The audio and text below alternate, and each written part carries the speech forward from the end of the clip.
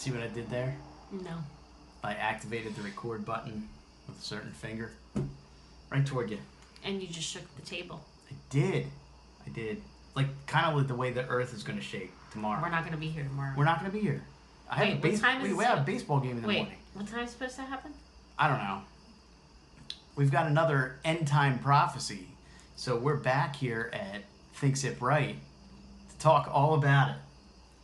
I can't believe this. It's what? I gotta say though, some of these things really do make you think. They do. But my thing is, you know how we like we go back to like, you know, certain things. And we're like, oh, this is the way it's supposed to be, or whatever. Does that make any sense? Does that make any sense? Well, maybe if you completed the thought, it would. No, so like when you read like something, a scripture, or like something that was in the wall, like, you know, in Egypt or something, and they're like predicting something that would happen. But what if they were just like storytelling? Well, a lot That's of the times, way they did. A lot of times they are, and you can apply a lot of things to a lot of times. Like, and no disrespect to any belief whatsoever, but take the Bible for example, or the Quran or anything really, any religious text. You can take it and you could literally apply certain passages to certain days, and that's why every 6 months you'll hear somebody saying, "Well, you know, my faith believes that the end of the world is going to be now." Right. You know, but it's accurate to. But to some what's people go to going the on. extreme to actually believe that the world is ending. I mean, when was it? A couple years back, what was it? That the children were supposed to vanish? Well, you're talking about the rapture. Right. But that was predicted a couple years ago. I mean, that's right. But some Book of colonies, some people actually took it seriously. Did you hear about that whole like they committed suicide? They all committed suicide, right, except for the kids. Right. Yeah, and then the kids that's were how all left. People take it to that extreme. You know, some people sold everything that they had and ended up living in an RV because they felt like that's what was going to happen. Well, I mean, I don't know. You know, I worry about the simple things in life, like how episode 38 of thinksipwrite, there's 2 episode 38s because apparently I'm a dimwit and didn't realize that the etiquette episode and the episode on dinner en blanc are both labeled 38. See, my worries are what I'm making for dinner tonight. But that's your job. You're supposed to worry about No, but it's not really my job is to feed you guys, and give you guys recipes and stuff like that. But, I mean, it's what I love to do, but that's my worry. You know what I worry about? What am I going to make? What's different? You know, because you got to kind of try to be different in a way. I worry about the end times actually happening and me not getting done my entire My question book is to you. saga. So, what if the end of the world is tomorrow? Yeah.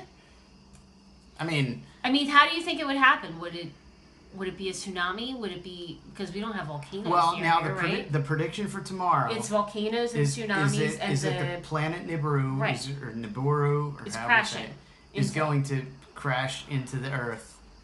Right, You know, which will cause right. tsunamis and volcanoes. But how do you think it would happen here? Like right here where we are today, in Bucks County. Earthquakes, I mean...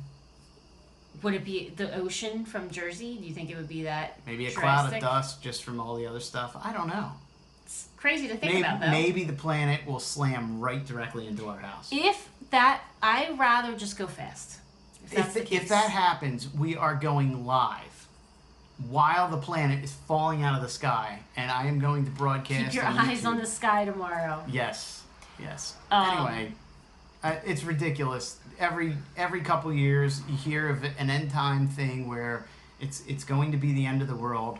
But there have actually been some predictions throughout history that have been right on accurate. I mean, take Nostradamus, for example. Right, and we're watching that one documentary. The Nostradamus Effect? Yeah, I love that. History Channel. Yeah. It's totally, we're in episode 4 or 5?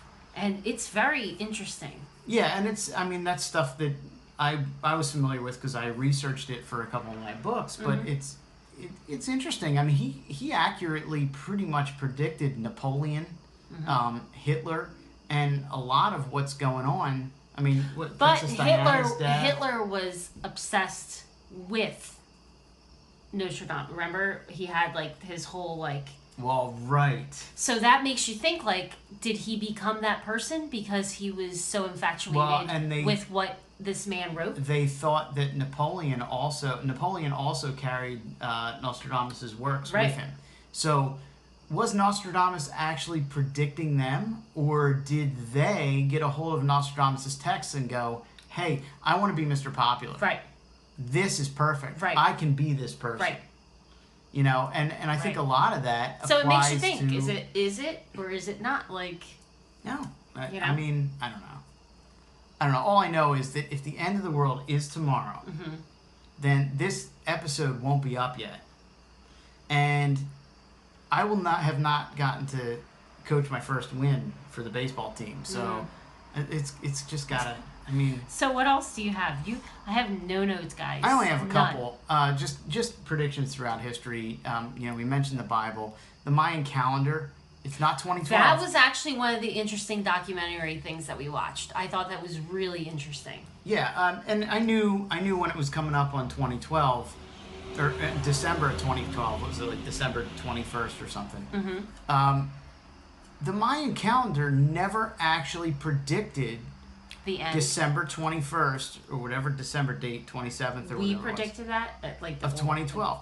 We assume the starting date of the Mayan calendar. The Mayan calendar ends. It never once predicted that was going to end the world. It's just the end of the calendar cycle. So that round thing that they show in the documentary, did they actually find that? Was that their actual? Yes. It's a long calendar. It's basically if in 4,000 years from now, someone picks up one of our 12-month calendars and flips through it and goes, oh, crap. It's December 31st. Right. It's the end of the world tomorrow. Oh, right. Because that's basically how it worked. And idiots went with that and said, oh, it was the end of the world. And, it's pretty much laughable. Remember, there was an instance probably, I'm going to say like 7 or 8 years ago. We were standing out back in Philly. Mm-hmm. Oh, yeah. We did a whole video on that. Yeah, we did do a video. Mm-hmm. I think we might have touched on the old podcast. Yeah, I don't know if we did. But it was basically, it was going to end at precisely 4:20 or something like that in the afternoon. And we're like, it's 4:23 and we're still here. Yeah, the kids are still here. Left. Remember that? Yeah, it was pretty interesting. So what else? In 1666, they predicted the end of the world because the number of the beast was 666. The end of the world did not happen. However, my favorite number is 6. Well, you're a third of the way there. So, the end of the world did not happen in 1666, but there were the London fires, which ended up killing over 70,000 people. Yeah. Yep. Mm-hmm.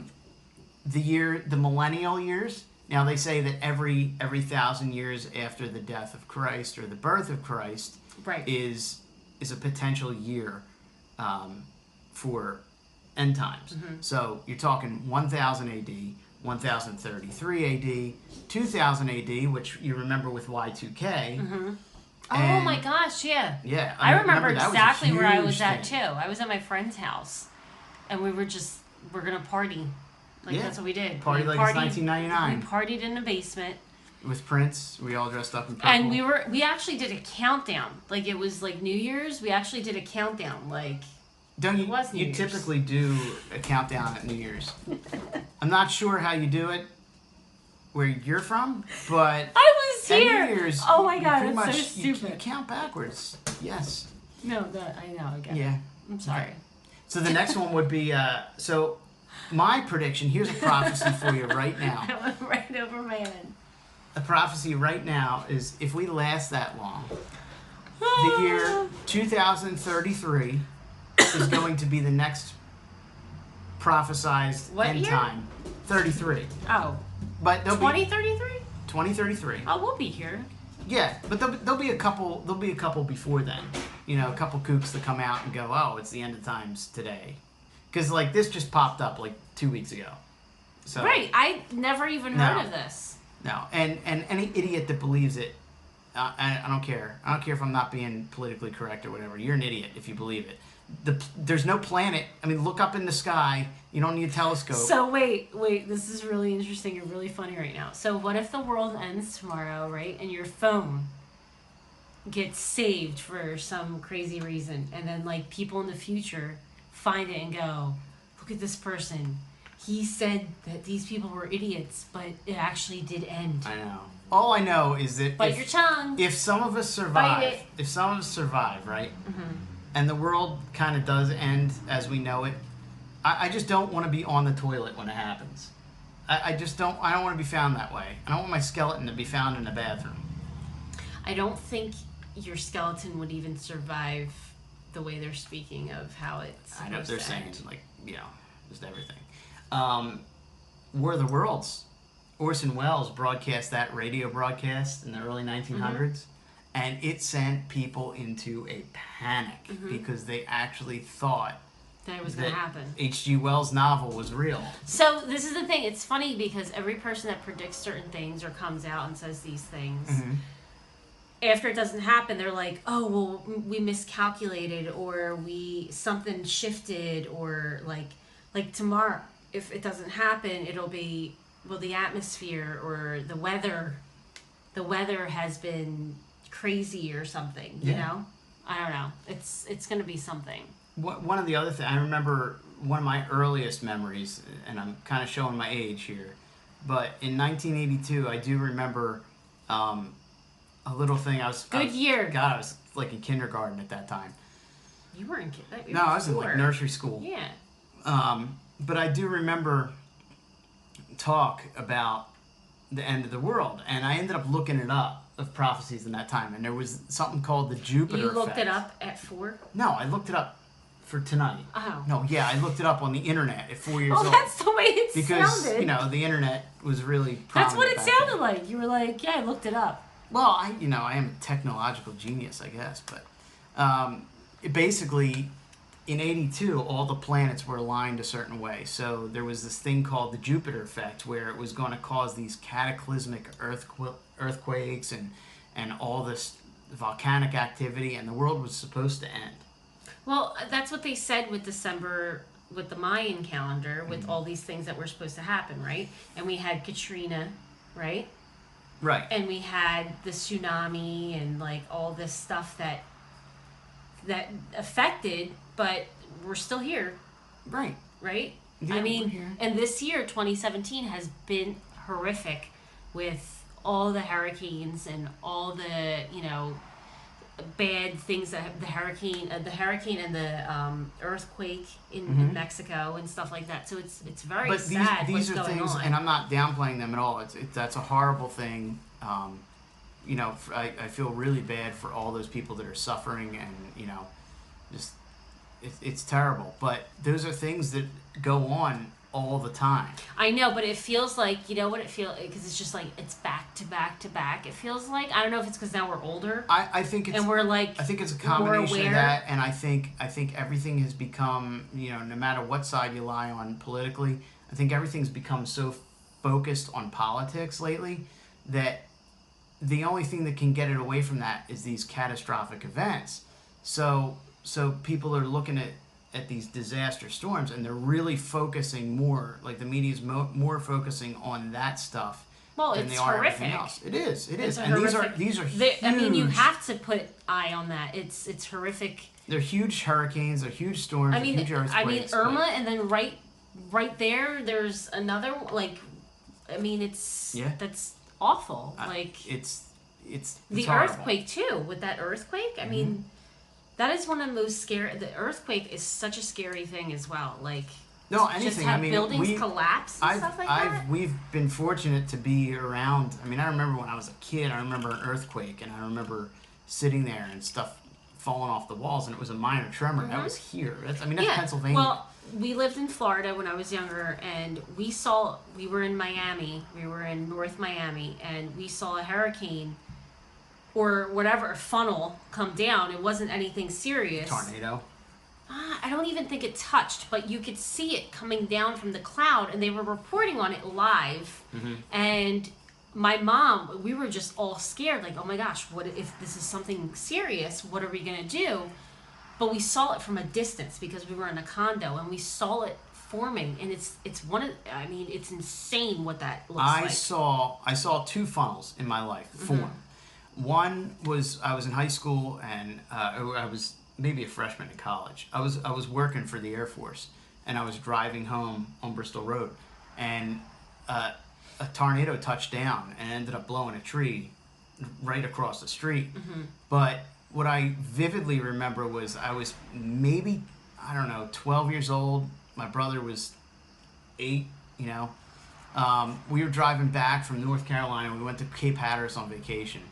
And somewhere along the line, I remember my brother had to get out to go to the bathroom. And back then, you could just pee on the side of the road. You know, so we got out. My dad Well, you're stopped. boys, so it's easier. So we stopped, and me and my dad and my brother got out. And it was like the Three Stooges on the side of the road. And my dad turns around and he goes, "Guys, let's go. We got to get in the car. We got to get in the car now." And I'm like, you know, okay, whatever. You know, so much for the 2 shaking rule. And so we get in the car, and he speeds off. I mean, my dad took off. And my dad was always a heavy foot on the gas. But when he took off, it was like you could feel it. We weren't even buckled in yet. And I'm like, what the heck's going on? And he's like, just look to the left and don't say a word. And we looked out the window, and there was a funnel forming. I mean, it was like, it was right there. It's the scariest thing. If you've ever seen that, I mean, it is scary. Yeah. So I don't know. To me, my prophecy is that someone up above is seeing all the craziness that's going on in this world, and it's like, hey guys, wake up. Yeah. You know, that's what I you know.